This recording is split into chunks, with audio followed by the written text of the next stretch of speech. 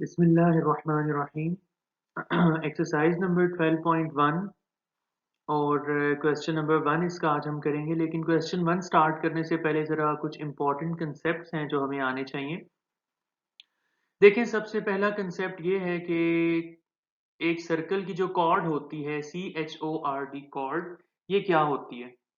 Basically ये जो किसी सर्कल की कॉर्ड वाला टॉपिक है ये 10th क्लास का टॉपिक है, लेकिन यहाँ पे अभी इसको टच किया गया है हल्का सा, तो मैं आपको गाइड कर देता हूँ। इसको समझना बड़ा आसान है। आप देखें, वो स्ट्रेट लाइन जो सर्कल के कोई से दो पॉइंट्स को टच करती है, वो स्ट्रेट लाइन सेगमेंट जो सर्कमफेरेंस के कोई से दो पॉइंट्स को एक दूसरे के साथ कनेक्ट करती है, ज्वाइन करती है, उस लाइन सेगमेंट को हम कॉर्ड कहते हैं। फॉर एग्जाम्पल, ये आपके सामने आपको नजर आ रहा है कि ये एक लाइन ए बी जो है ये सर्कमफेरेंस के दो पॉइंट्स ए और बी को एक दूसरे से मिला रही है। सो ए बी को बोलेंगे कि ये कॉर्ड का नाम है A B. It is a chord A B. इसी तरह आप देखें, एक और कॉर्ड मैं आपको बना के दिखाता हूँ, ये सी डी। ये आपको नजर आ गया कि ये सर्कमफेरेंस के कोई से दो पॉइंट्स थे, एक सी और दूसरा था डी। इन दोनों को इस लाइन ने टच किया। चूंकि ये सर्कमफेरेंस के दो पॉइंट्स को टच कर रही है, इसलिए C D is another chord. तो ये आपके सामने जो है, मैंने आपको दो कॉर्ड्स दिखा दी। अब देखें, मामला ये है कि इस एक्सरसाइज के फर्स्ट क्वेश्चन की जो बेसिक उसका कंसेप्ट है उसको आपने समझना है, और उसको समझना बड़ा ही आसान है। देखें, पहले मैं आपको जरा जुबानी बता देता हूँ, फिर डायग्राम की मदद से आपको ज्यादा अच्छी समझ में आएगी। मेरी इस बात को जरा तवज्जो से सुनिएगा। इस क्वेश्चन का कंसेप्ट क्या है बेसिकली। ये क्वेश्चन ये कहता है कि किसी सर्कल के अंदर पाए जाने वाली कॉर्ड्स के जो राइट बाइसेक्टर्स का पॉइंट ऑफ इंटरसेक्शन होता है, वही पॉइंट बेसिकली सर्कल का सेंटर होता है। इस बात को आपने प्रूव करके दिखाना है। मैं फिर से इसको जरा आसान अल्फाज में बताता हूँ। आपके पास कोई सर्कल था, उसके अंदर आपने ये दो कॉर्ड्स बना ली, ए बी और सी डी। फिर आप बारी बारी दोनों का जरा राइट बाइसेक्टर ड्रॉ करो। ये मैंने ए कॉर्ड ए बी का राइट बाइसेक्टर ड्रॉ कर दिया। फिर मैंने ये जो है कॉर्ड सी डी का राइट बाइसेक्टर ड्रॉ कर दिया। इन दोनों का जो पॉइंट ऑफ इंटरसेक्शन है वो ये है। ये जो इन दोनों का पॉइंट ऑफ इंटरसेक्शन होता है, यही बेसिकली सर्कल का सेंटर होता है। तो पता चला कॉर्ड्स के राइट बाइसेक्टर्स का पॉइंट ऑफ इंटरसेक्शन और सर्कल का सेंटर, ये दोनों पॉइंट एक ही होते हैं। आपने इस क्वेश्चन में ये प्रूव करके दिखाना है। तो चलें स्टेटमेंट को पढ़ते हैं। इस क्वेश्चन की स्टेटमेंट है कि प्रूव दैट, आपने प्रूव करके दिखाना है, the centre of a circle is on the right bisectors of each of its chords. कि किसी भी सर्कल का जो सेंटर है वो कहाँ पाया जाता है, वो कॉर्ड्स के राइट बाइसेक्टर्स के पॉइंट ऑफ इंटरसेक्शन के ऊपर पाया जाता है।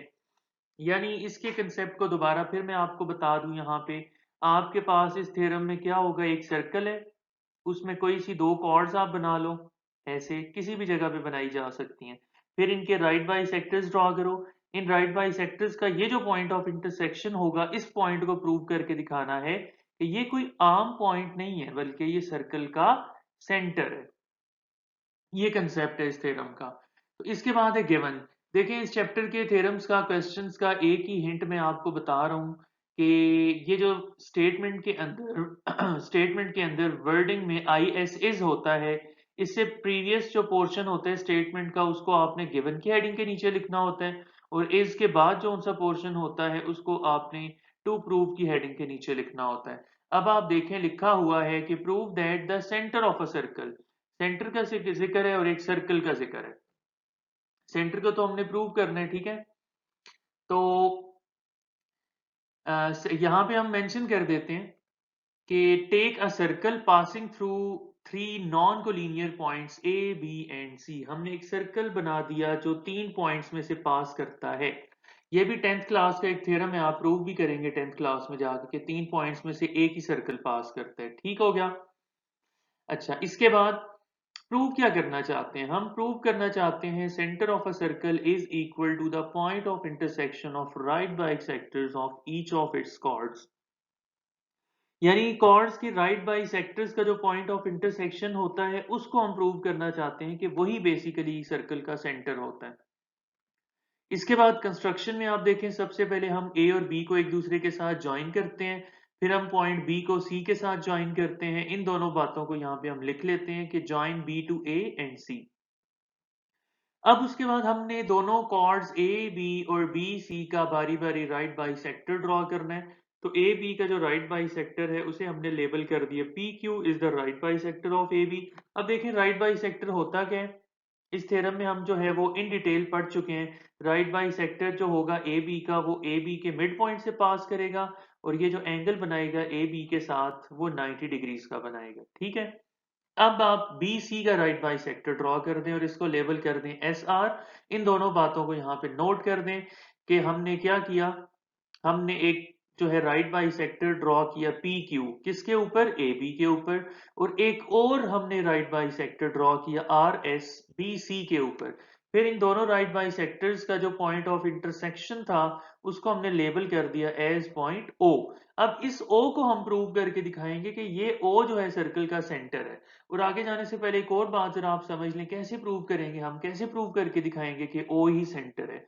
सेंटर की वो कौन सी प्रॉपर्टी होती है जिसे हमें शो करवाना पड़ेगा यहाँ पे, वो बड़ी आसान है। वो ये है कि आप जानते हैं सर्कल का जो सेंटर होता है, सेंटर ऑफ अ सर्कल, वो जो है अपने सर्कमफेरेंस के तमाम पॉइंट्स से क्या होते हैं, इक्वी डिस्टेंट होते हैं।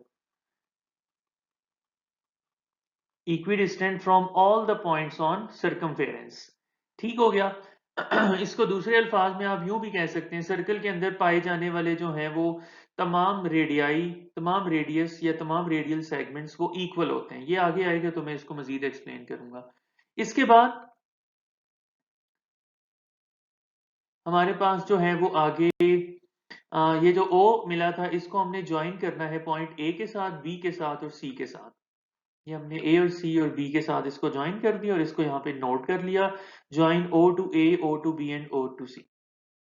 अब इसके बाद हमारे पास प्रूफ आता है। देखिए मैं आपको रिकॉल करवा दूं, इस चैप्टर के फर्स्ट थ्योरम में हम लोगों ने पढ़ा था कि अगर आपके पास कोई एक लाइन सेगमेंट है जिसका नाम है ए बी, तो ए बी के ऊपर अगर कोई राइट बाइसेक्टर ड्रॉ किया जाए तो राइट बाइसेक्टर का जो भी पॉइंट पी होता है वो एंड पॉइंट ए और बी से इक्वी डिस्टेंट होता है। यानी ये जो डिस्टेंस होते हैं पी ए और पी बी, ये इक्वल इक्वल होते हैं, ऐसा हमने पढ़ा था।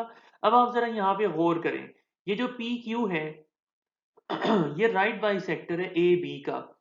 तो इस पी क्यू के ऊपर किसी भी जगह पर जो भी पॉइंट आप ले लें वो ए और बी से इक्वी डिस्टेंट होगा। अगर हम इन पर्टिकुलर बात करें पॉइंट ओ की, तो वो पॉइंट ए और पॉइंट बी से इक्वी डिस्टेंट होगा। पता चला O A is equal to O B.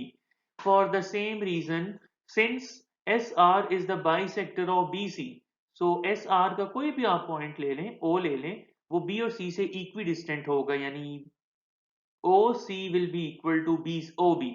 इन बातों को हम यहाँ लिखते हैं, OB is equal to OC because OR is the right bisector of BC और बाइसेक्टर का कोई भी पॉइंट B और C एंड पॉइंट से इक्वी डिस्टेंट होता है।